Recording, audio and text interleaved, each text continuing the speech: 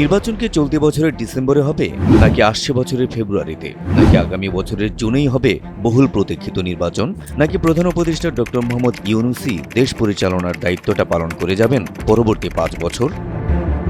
বিতর্কের শুরুটা হয়েছিল গেল 29 মার্চ শনিবার।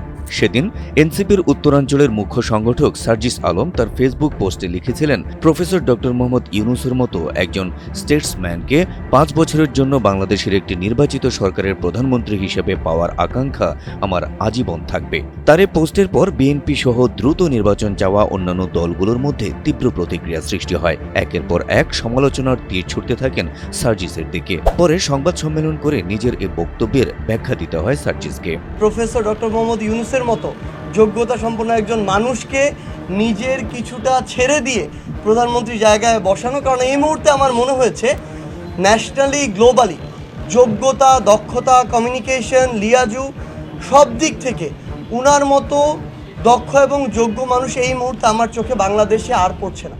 দ্রুত নির্বাচন হওয়া নিয়ে শঙ্কাটা আরও বাড়িয়ে দেন অন্তর্বর্তী সরকারের স্বরাষ্ট্র উপদেষ্টা জাহাঙ্গীর আলম। গেল 10 এপ্রিল সুনামগঞ্জ থানা পরিদর্শন শেষে সাংবাদিকদের তিনি বলেন, সাধারণ মানুষের মতে আইনশৃঙ্খলা পরিস্থিতি আগের থেকে ভালো হয়েছে। আজকে এখানে আসার পথে রাস্তা থেকে মানুষ বলতেছে আপনারা আরও 5 বছর থাকেন। স্বরাষ্ট্র উপদেষ্টার এই বক্তব্য যেন নির্বাচন নিয়ে বিতর্ককে আরও এক ধাপ উস্কে দেয়, গায়ে জ্বালা ধরিয়ে দেয় বিএনপি সহ নির্বাচন প্রত্যাশীদের।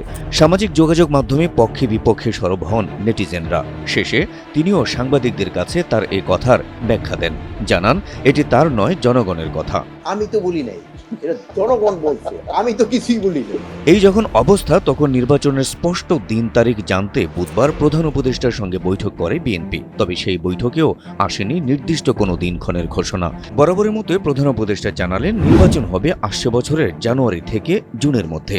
বিফল মনোরথ নিয়ে বাইরে বের হয়ে বিএনপি মহাসচিবের কণ্ঠে তাই বিষাদের সুর। নির্বাচন যদি না হয় তাহলে দেশে যে রাজনৈতিক পরিস্থিতি, অর্থনৈতিক পরিস্থিতি এবং সামাজিক পরিস্থিতি সেটা আরও খারাপের দিকে যাবে। এদিকে বিএনপির সঙ্গে বৈঠকের পর অন্তর্বর্তীকালীন সরকারের পক্ষ থেকে আবারও নির্বাচনের ব্যাপারে নিশ্চয়তা দেওয়া হয়েছে।